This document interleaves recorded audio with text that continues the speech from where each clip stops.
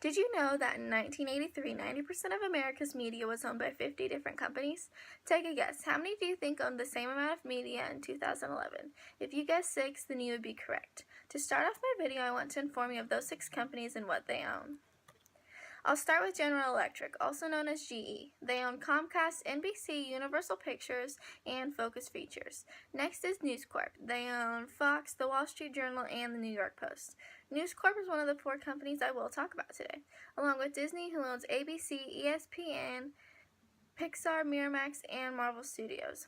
Viacom, on the other hand, owns MTV, Nick Jr., BET, CMT, and Paramount Pictures, which aren't huge media outlets, so I won't discuss them. Time Warner is the 3rd company I will discuss because they own CNN, HBO, Time, and Warner Brothers. Last but not least is CBS. They own Showtime, Smithsonian Channel, NFL.com, and 60 Minutes. I'll start with News Corp. It's owned by Rupert Murdoch, and Rupert is a very conservative person. This shows heavily in Fox News. Here are 2 articles from Fox News. The articles paint very different pictures. When Obama nominated a Supreme Court justice and the Republicans blocked it, Fox News said it was good politics.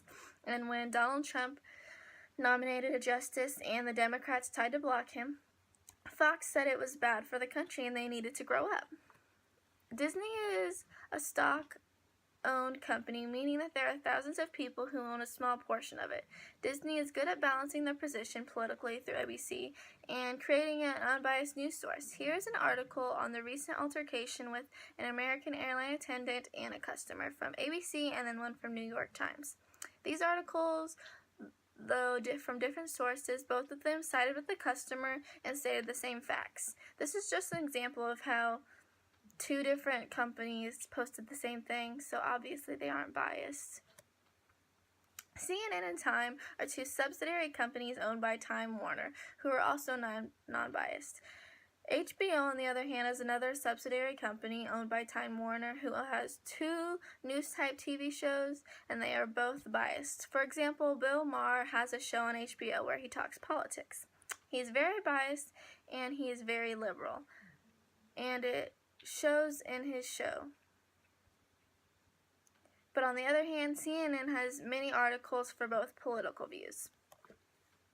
CBS owns Smithsonian, Showtime, NFL.com, and 60 Minutes. 60 Minutes is, in my opinion, it's basically all-fact TV show, so it's hard to be biased with those. CBS News, although, is great at steering away from biases. News workers are told to steer clear of endorsing products, causes, or services unless they are participating in one of the network's promotional campaigns.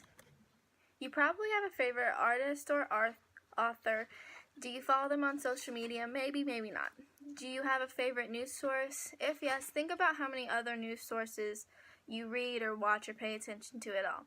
Part of the problem with media concentration is that consumers like you and I often attach to certain things we like and focus on those things only. We tend to ignore anything outside of our beliefs.